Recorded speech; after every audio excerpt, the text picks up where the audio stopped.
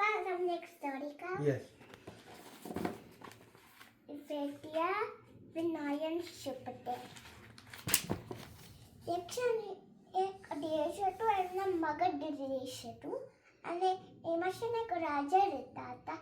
એમનું નામ સૈનિક હતું અને છે ને એની રાણીનું નામ ચેલના હતું, ચેલના રાણી. અને એક દિવસ છે ને રાણી એ સૈનિક રાજાને કીધું કે મને આ પેલેસમાં નથી રહું, આપણે જે ગાર્ડન છે ને એમને મને એમને એના અંદર મને મોટું પેલેસ મને બનાવ મને મને મને મને મૂકવું છે અને એમાં આપણે લોકો રહેશું.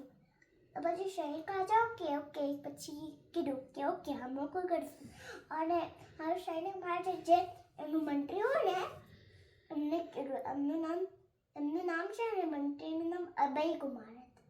અને મંત્રીને કીધું કે આ મારી રાણી છે ને ચેલના રાણી એને એને એને આપે એને આ તમારા ગાર્ડનનો પેલેસ બનાવવું છે અને પછી આપણા ગાર્ડનમાં પેલેસ બનાવવું છે પછી અમારે એવું છે. તો પછી અભય કુમારે શું કર્યું, જે બેસ્ટ વોડકાસ્ટર્સ હોય ને એમને બોલાવ્યું અને પછી કીધું કે હમ લોકો અહીંયા મસ્ત પેલેસ જોઈશ.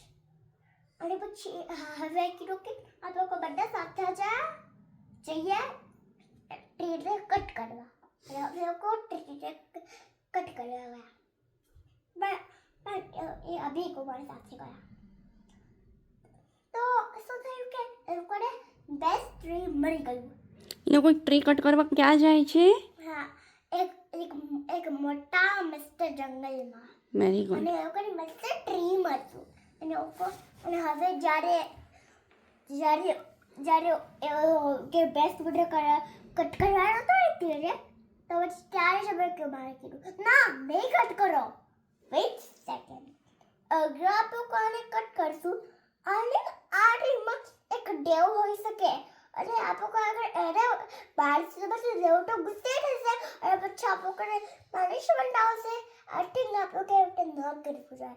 પછી અભય કુમાર શું કર્યું, હવે સપોર્ટ આપી છે. ઓકે, તો અભય કુમાર શું કર્યું, આ બર્ડવાઈને બેસ્યા અને હાર્ટવાઈને કીધું કે અગર આ ટ્રીના અંદર કોઈક દેવ હશે તો હું આ ટ્રીનો દહીં કટ કરું, અગર દેવ નહીં હોય તો હું એને કટ કરીશ.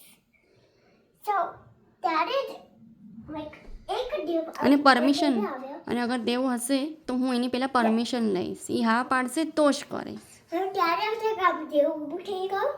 મને કીધું કે તમારું મસ્ત જે વાણી છે એ હું એનાથી બહુ હેપી થઈ ગયો છું અને આ ટ્રીમાં હું રહું છું એટલે તું આ ટ્રીને નહીં કટ કર, તું મત કટ કર. તો પછી કીધું કે આટલી તારી મીઠી વાણી તું મસ્ત બધી વાણીને બેસે છે એના માટે હું તમને ગિફ્ટ આપું છું.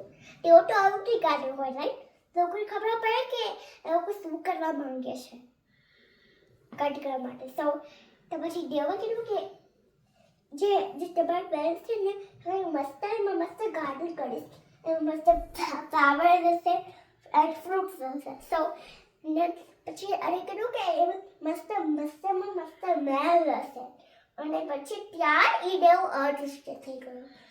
અને હવે અભય કુમાર બધા કટર્સ લઈને પાછું આમ એના મહેલ પાસે ગયો.